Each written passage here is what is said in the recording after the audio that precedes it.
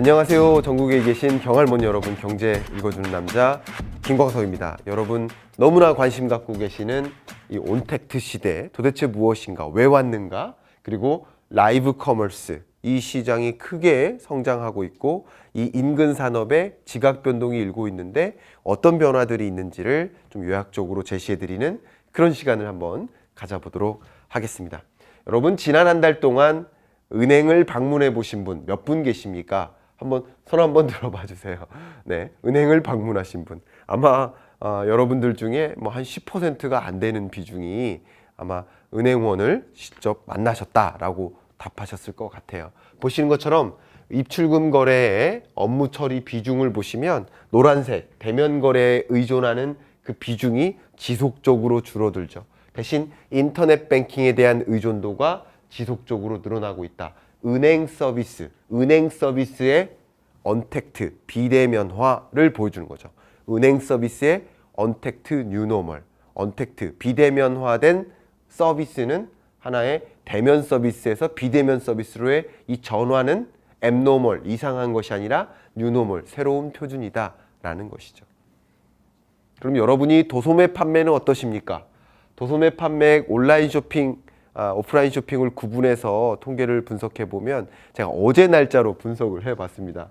어제 날짜로 2021년 1월 달 지표가 나왔거든요. 보시는 것처럼 온라인 쇼핑에 대한 거래 의존도가 지속적으로 늘어나죠. 2021년 1월 기준으로는 약 38%나 온라인 쇼핑에 의존하고 계시다라는 두드러지는 숫자의 모습이고요. 이제 대면 서비스보다 온라인 서비스로 더 많이 의존하는 사람들이 많아지고 있는 상황도 전개되고 있죠. 그리고 이 온라인 쇼핑 거래액을 둘로 쪼갤 수 있는데 하나가 PC로 사느냐, 인터넷 쇼핑, 그리고 모바일로 사느냐, 모바일 쇼핑인데 이 온라인 쇼핑 거래액 약 40%에 해당되는 온라인 쇼핑 거래액마저도 모바일로 산다, PC로 사는 사람은 계속 줄어들고 있다. 실제 저도 랩탑으로 사는 것보다 모바일로 사는 게 더 편리하다고 느낄 때가 더 많아요. 항공편 예약이라든가 뭐 SRT 예약이라든가 이런 거마저도 모바일이 더 편한 것을 더 많이 느낍니다. 그러니까 이쪽으로 건너가는 거죠. 우리의 도소매, 유통 서비스마저 비대면화되고 있구나, 온라인으로 전환되고 있구나, 언택트 뉴노멀이 전개되어 가고 있다. 이 언택트가 전개되는 과정에서 새롭게 등장하는 그 거대한 키워드가 온택트 시대죠. 사실 지난주에 여러분 경제 읽어주는 남자 들으셨다면 거기에 메가 트렌드 몇 가지를 정리했는데 그 중에 하나가 온택트 경제의 부상이죠. 그 온택트 경제가 왜 부상했는지, 그때는 메가 트렌드 중심이어서 깊게 말씀을 못 드렸는데 온택트 시대가 왜 왔는지를 말씀드려 볼게요. 우리가 문화 행사들을 합니다. 근데 문화 행사들이 다 취소돼요. 공연, 행사 다 취소돼요. 강의라든가 교육 사업이라든가 이런 것들도 많이 취소돼요. 물론 방역 수칙을 준수해야 되니까 방역 수칙이 계속 바뀌잖아요. 몇 인 규제 뭐 이런 것들. 그러니까 당연히 사회적 거리두기 단계가 조정되면서 취소될 때가 되게 많아요. 대형 시설을 이용하는 것도 제한이 많아요. 교회라든가 성당, 식당, 매장 다 마찬가지예요. 그리고 일상 모임도 자제해야 돼요. 10시 제한, 9시 제한, 외출이나 집콕문화 격리. 그 밖에 학교 개학도 연기되고 학생들이 학교 가는 것도, 그러나 우리는 여전히 학교 수업을 들어야 되잖아요. 우리가 문화 행사가 취소되지만 역시 다른 방식으로 문화를 경험하지만 어쨌든 문화를 경험하잖아요. 대형 시설을 이용 못하지만 비대면으로 교회를 이용한다거나 교회 예배를 본다거나 아니면 우리가 대형마트는 못 가지만 온라인 쇼핑으로 한다거나 재택근무를 또 많이 활용을 하죠. 그러면서 실제 회사에 가지 않지만 일은 해야 돼요. 이게 무슨 얘기냐면 사회적 거리두기 단계가 높아지면서 그리고 코로나19의 확산으로 인해서 물리적 거리두기가 이행되면서 이런 오프라인이나 대면 공간들의 활용이 줄어들지만 여전히 해당 그런 여러 가지 역할들은 이루어지고 있구나. 학교는 안 가지만 수업은 받고 있구나 라는 것이죠. 대형마트에는 안 가지만 쇼핑은 하고 있다는 거죠. 은행에 안 갈 뿐이지 은행 서비스는 이용하고 있다는 거죠. 그런 과정에서 굉장히 중요하게 등장하는 키워드가 바로 연결입니다. 연결. 비대면화되지만 연결이 필요해진다라는 것이죠. 그 연결이 필요해지기 때문에 등장하는 그 새로운 경제가 이제 비대면인 걸로는 끝나면 안 된다. 연결된 비대면화여야 된다. 비대면화된 서비스이지만 보다 더 연결되어야 한다. 그게 바로 온택트 경제, 온택트 시대라고 볼 수 있는 것이죠. 대표적인 사례 한번 말씀드리면 이미 제가 경남 때나 이렇게 말씀드렸던 건데 홈 트레이닝 서비스를 받아야 돼요. 그럼 나 혼자예요. 그러면 비디오 보면서 홈 트레이닝 서비스를 받으면 그건 언택트죠. 근데 이 사례는 뭐냐면 인공지능, 모션 캡처 기술, 가상 증강현실 기술이 같이 융합되면서 나는 홈 트레이닝 서비스를 받고 있지만 바로 옆에 코치님이 계신 것처럼 느껴지고 이 옆에 계신 코치님은 실시간으로 나의 움직임을 인식하면서 인공지능 기술로 코칭 서비스를 제공해줘요. 보다 더 연결되어 있다. 이걸 특별히 언택트 앤 커넥트라는 새로운 트렌드라는 거죠. 이제 비대면화에 머물면 안 되고 비대면화된 환경에 걸맞는 서비스를 제공해야 된다. 그게 언택트 앤 커넥트라는 새로운 트렌드라고 볼 수 있고 그게 구현된 새로운 경제를 온택트 시대 이렇게 볼 수 있는 것이죠. 뭐 가구를 한번 생각해 볼게요. 온라인으로 가구를 주문해요. 그러면 가구를 온라인으로만 사면 그건 언택트 경제죠. 근데 가구를 샀는데 온라인으로 주문하면 어떻게 돼요?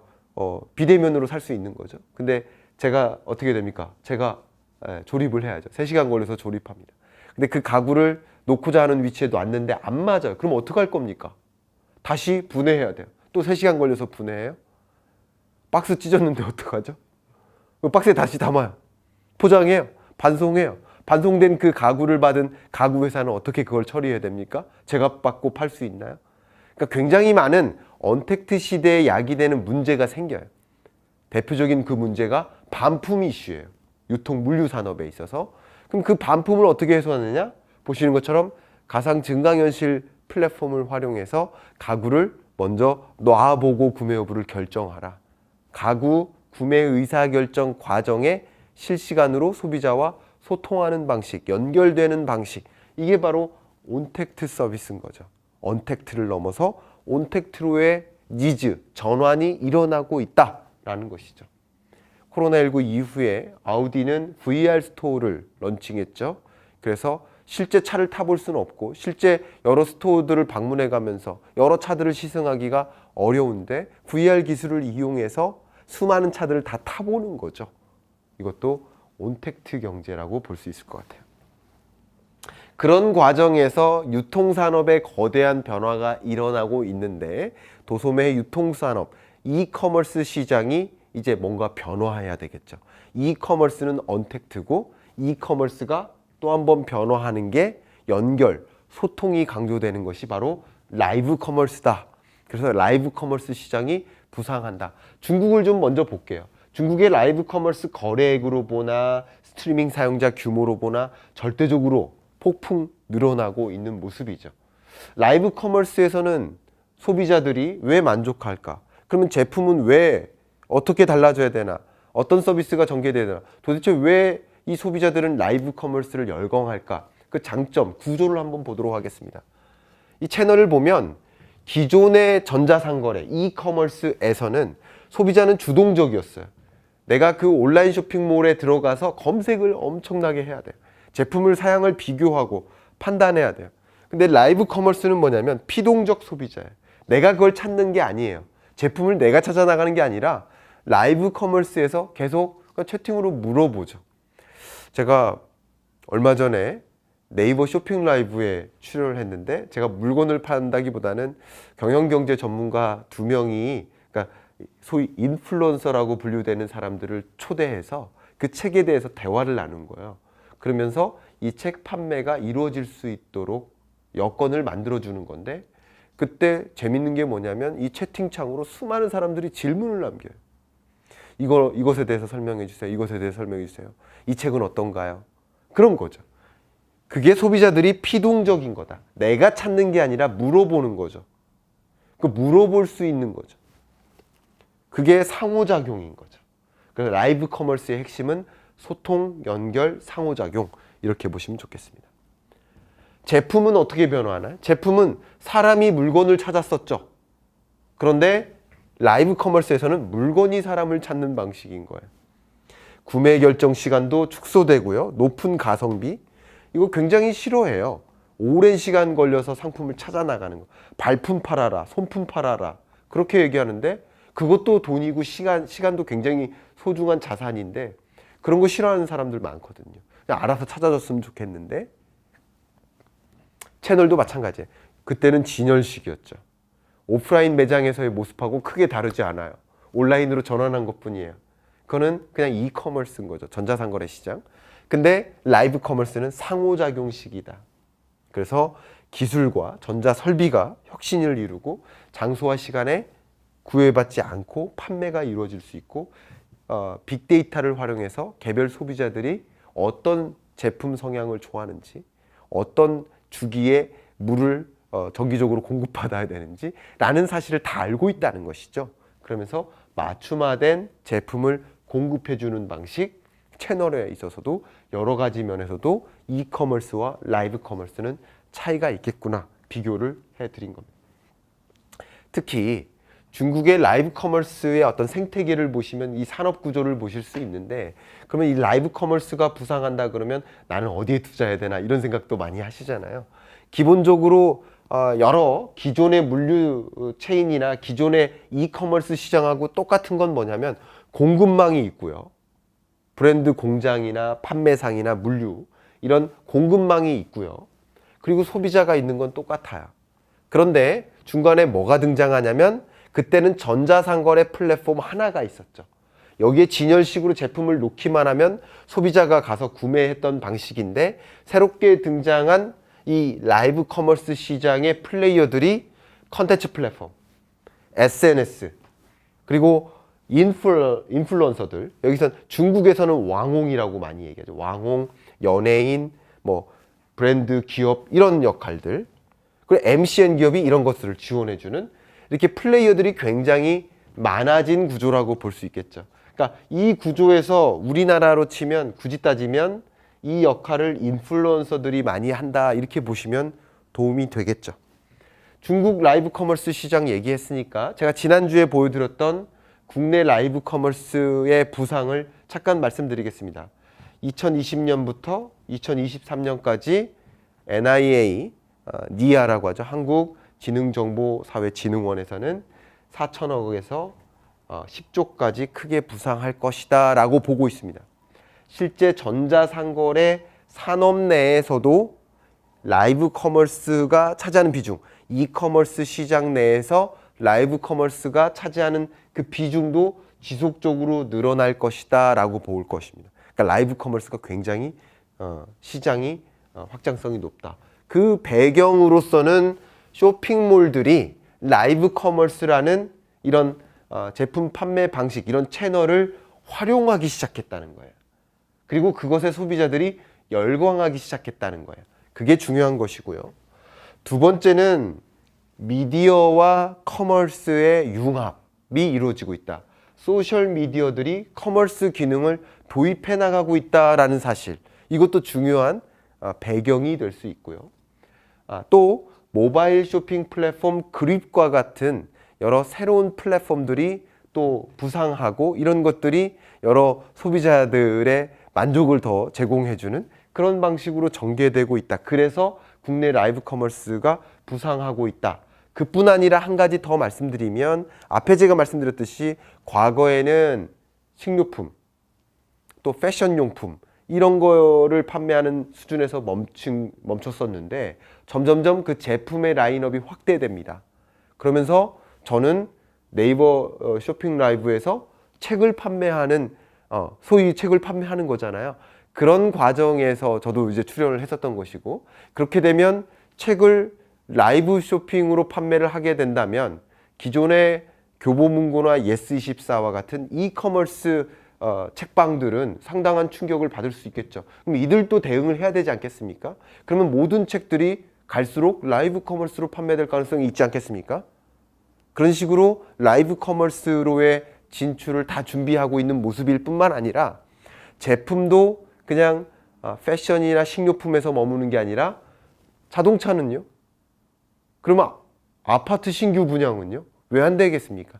그러니까 제품 라인, 모든 도소매 판매로 이루어지는 제품이 다 라이브 커머스로 전개될 수 있겠다라는 것이죠. 그것이 중요한 사안이라는 것을 강조해드리고 싶습니다. 특히 이런 과정에서 국내 이커머스 산업에 엄청난 지각 변동이 일어나고 있죠. 2016년까지 이베이 코리아가 점유율로 봤을 때 이 거래액 기준입니다. 1위 기업이었는데 2020년 들어서 3위로 밀려났죠. 왜? 네이버의 부상이고 쿠팡의 부상이라고 볼 수 있죠. 그래서 네이버와 쿠팡이 전체 이 이커머스 시장의 1, 2위 기업이라고 볼 수 있죠. 그래서 네이버와 쿠팡과 네쿠 양강구도 아니냐라고 얘기를 했는데 이제 이베이 코리아가 이 촬영일 기준으로 어제 매각 결정이 됐죠. 그래서 매각 발표를 했는데 매각 입찰을 받았는데 그동안에는 카카오가 이베이 코리아의 인수에 관심을 갖지 않겠느냐라는 생각이 지배적이었었는데 카카오는 이베이 코리아의 인수를 포기했고 그 포기한 배경은 제가 설명드릴 시간이 별로 없는 것 같고 어쨌든 그렇습니다. 그렇지만 전통적인 유통사들 또 SKT가 이 이베이 코리아에 관심을 갖고 있는 것들 이런 것들 보면 또 통신사의 진입까지 여러 이 라이브 커머스 시장 혹은 이커머스 시장에 상당한 지각 변동이 일어나는 과정이다. 근데 이렇게 보면 20조를 이베이 코리아가 차지하고 있는 만큼 이 이베이 코리아를 인수하는 기업은 당연히 세 번째 기업으로는 최소 3위 기업으로는 등장하는 건 아니겠습니까? 그러면서 자연스럽게 네이버, 쿠팡 간의 양강 구도가 아니라 네이버, 쿠팡 그리고 썸띵 어떤 기업, 예를 들면 SKT라고 한다면 SKT와의 3강 구도 체제로 또 전환되는 것 아니냐 하는 그런 지각 변동이 일어나고 있다라는 것이죠.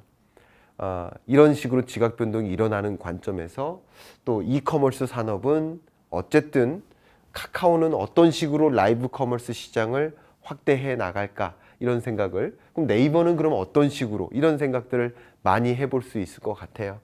그런 부분을 가볍게 좀 정리하면서 마무리한다면 네이버는 네이버 쇼핑을 셀렉티브 탭에서 방송을 하죠. 카카오는 카카오톡 채널 구독자에게 알림과 방송을 또 제공해 주고 있습니다.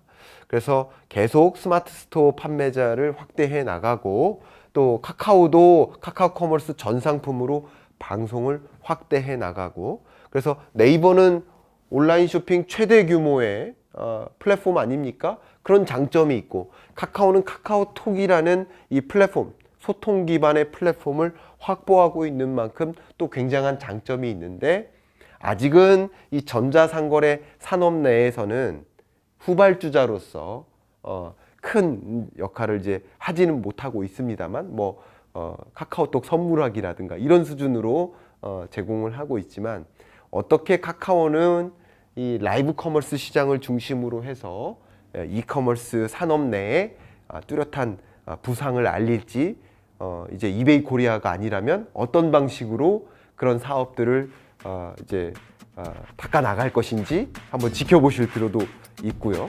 또 이커머스 산업 내에 이 지각 변동이 어떻게 전개되고 그럼으로 인해서 라이브 커머스 시장은 또 어떤 경쟁 구도로 전개될지 이런 것들을 면밀히 주시하면서 여러분 경제를 읽고 투자 의사 결정하시는데 참조가 되기를 바라겠습니다. 이번 주 경제 읽어주는 남자 여기서 마무리하겠습니다. 감사합니다.